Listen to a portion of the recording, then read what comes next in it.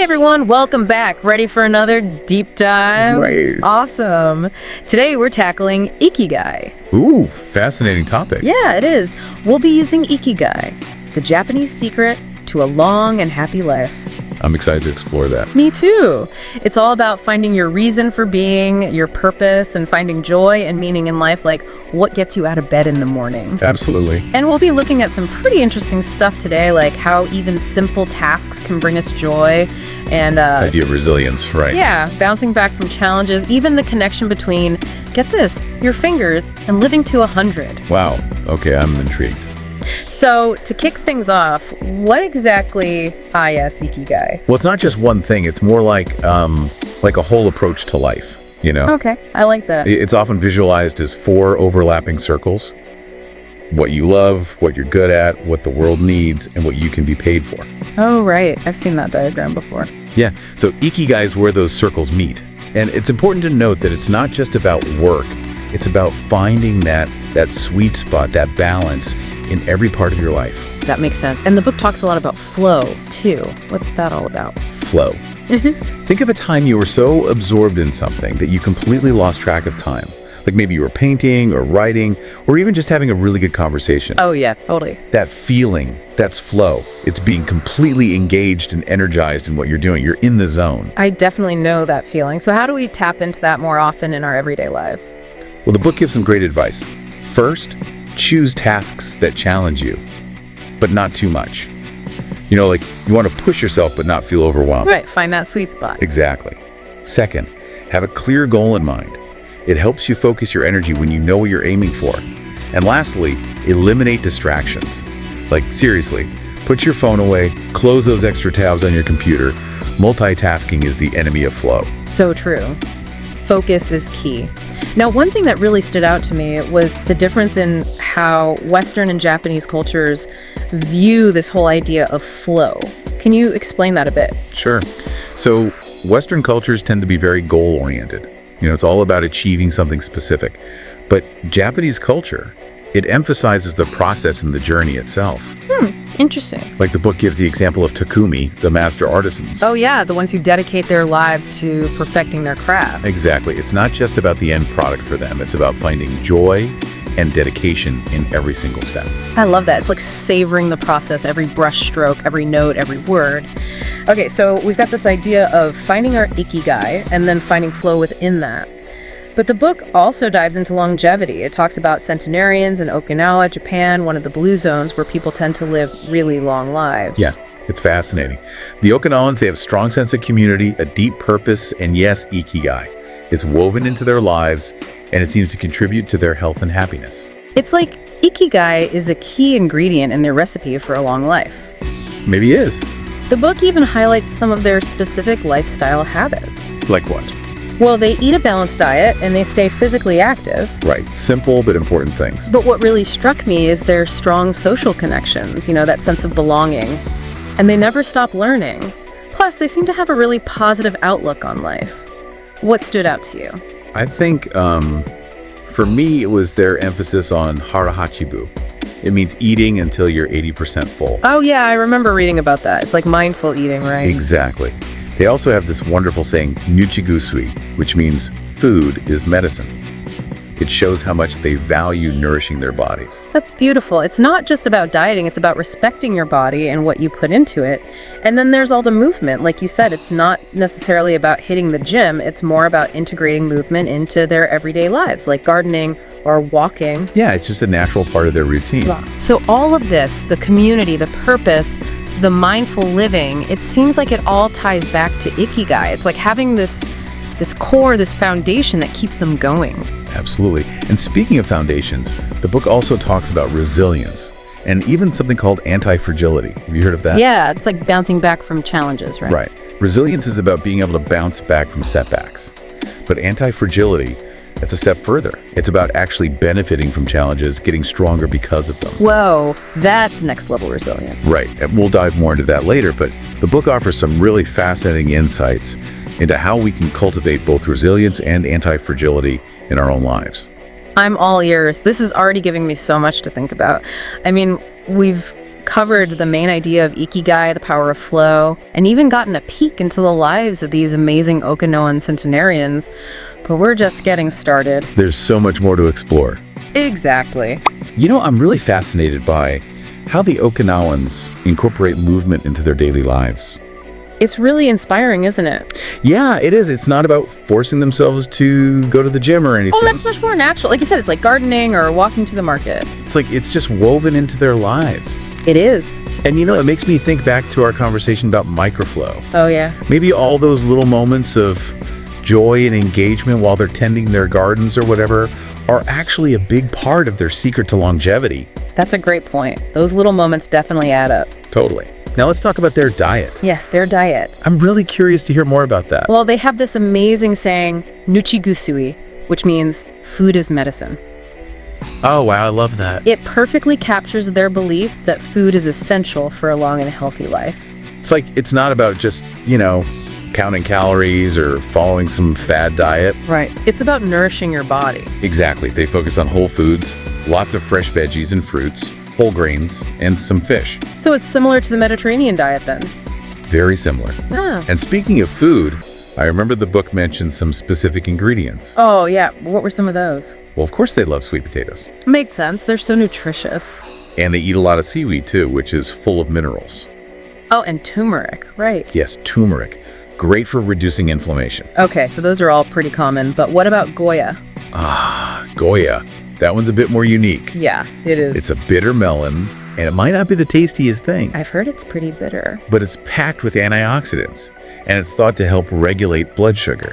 So maybe a little bitterness is worth it for a longer life. Maybe so. But beyond the specific ingredients, it's also about how they eat. Oh, right. They practice mindful eating, don't they? Yes. They savor each bite, they eat slowly, and they pay attention to their body's signals of hunger and fullness. It's about being present with your food. I think that's something we could all benefit from. Absolutely, slowing down and appreciating our meals. It's like a mini meditation. I like that. Okay, so speaking of mindfulness, the book also talked about stress. Oh, yes. And how it relates to Ikigai, and I have to admit that part surprised me a little. What surprised you? Well, I always thought that stress was like the enemy of a long and happy life. It seems that way, right? But the book suggests that a little bit of stress can actually be good for you. It can. Really? Think of it like exercise for your mind and body. Okay, I'm listening. Those short bursts of stress, like deadlines at work or even public speaking, they can actually make you more resilient. So you're saying that a little stress can actually make us stronger? In a way, yes. Yeah. It's about pushing your boundaries and then recovering. That's interesting. Like when you lift weights. Oh, I see. You challenge your muscles and then they rebuild stronger. So short-term stress can be like that for our minds and bodies. Exactly. Okay, that makes sense. But what about chronic stress? Yes, chronic stress is definitely a different story. Yeah, that's the kind of stress we want to avoid, right? Right, that's the type that can lead to burnout and health problems and even shorten your lifespan. So what can we do to protect ourselves from that kind of chronic stress? Well, the book suggests things like meditation and mindfulness and deep breathing. Those are always good tools to have. And of course, having a strong sense of Ikigai, knowing what gives you purpose and joy, can be a huge buffer against stress. It's like having a built-in stress reliever. Exactly. Okay, so we've got stress management down, but the book also talks about some traditional practices like yoga and qigong and shiatsu. Yes. Can you tell us a little bit about those? Sure. These practices are all about finding balance between your mind, body, and spirit. Balance is key. It is. Yoga, for example, it originated in India, but it's very popular in Japan. Yeah, I've done yoga before. I love it. It involves physical postures, breathing exercises, and meditation techniques. It's amazing for flexibility and strength. And for reducing stress. Totally. Now, what about qigong? I'm not as familiar with that one. Qigong is a traditional Chinese practice that focuses on cultivating and balancing your qi or life energy. Interesting. It combines gentle movements, deep breathing, and mental focus. Sounds very calming. It is. And then there's shiatsu, which is a Japanese form of body work that uses finger pressure on specific points along the body's energy pathways. Oh, so it's like acupuncture, but without the needles. Exactly. I've always wanted to try that. It's very relaxing. Now, before we move on, I have to ask you about these two Japanese concepts that I found so fascinating. Wabi-sabi and ichigo ichi-ii. Yes. Those are both so beautiful and meaningful. They are, and I think they're really relevant to Ikigai. Can you explain them a bit? Of course. So wabi-sabi is about finding beauty in imperfection. Okay, I love that already. It's about appreciating the cracks and flaws, the impermanence of life. It's like finding beauty in a chipped teacup or a weathered piece of wood. Exactly. Or like that Leonard Cohen lyric, there is a crack in everything, that's how the light gets in. Yes, such a powerful image. And then there's Ichigo Ichi-e, which means treasure every encounter, for it will never occur again. It's about recognizing the preciousness of each moment. Yes. Whether it's a conversation with a friend or a meal with family. Or even just a quiet moment alone. Exactly. It's about being fully present and soaking it all in. And when you live with that mindset, even the most ordinary moments can become so meaningful. I love that so much. It's a beautiful way to look at life. It is. Well, I'm so glad we had a chance to talk about those concepts. Me too. I think they're so essential for understanding the heart of Ikigai. I agree. We've covered a lot of ground in this deep dive, from diet and exercise to stress management and Japanese philosophy. It's been quite a journey. It has, but we're not done yet. There's more. In part 3, we'll explore some practical steps you can take to start integrating Ikigai into your own life, so stay tuned. Can't wait. Okay, so we've talked about the philosophy and the lifestyle. Now, how do we actually bring Ikigai into our lives? Well, the book calls it the Ikigai journey, which I love. Yeah, it's a journey, not a destination, right? Exactly. And the first step, reflection. Looking at your past, present, and future. Okay, so like a little soul searching. I'm in. Think back to what you loved as a child, things that brought you pure joy. For me, it was probably drawing. I could spend hours lost in my own little world, creating characters and stories. Perfect example. See, those childhood passions often hold clues to your natural talents and interests. And then look at your present. What are you good at now? What do you enjoy? What brings meaning to your life? So it's like recognizing those little sparks of Ikigai that are already there. Maybe it's that feeling of accomplishment after finishing a project, or the connection you feel when you're helping others. Exactly. And then we look to the future. What are your dreams? What do you aspire to? Dream big here.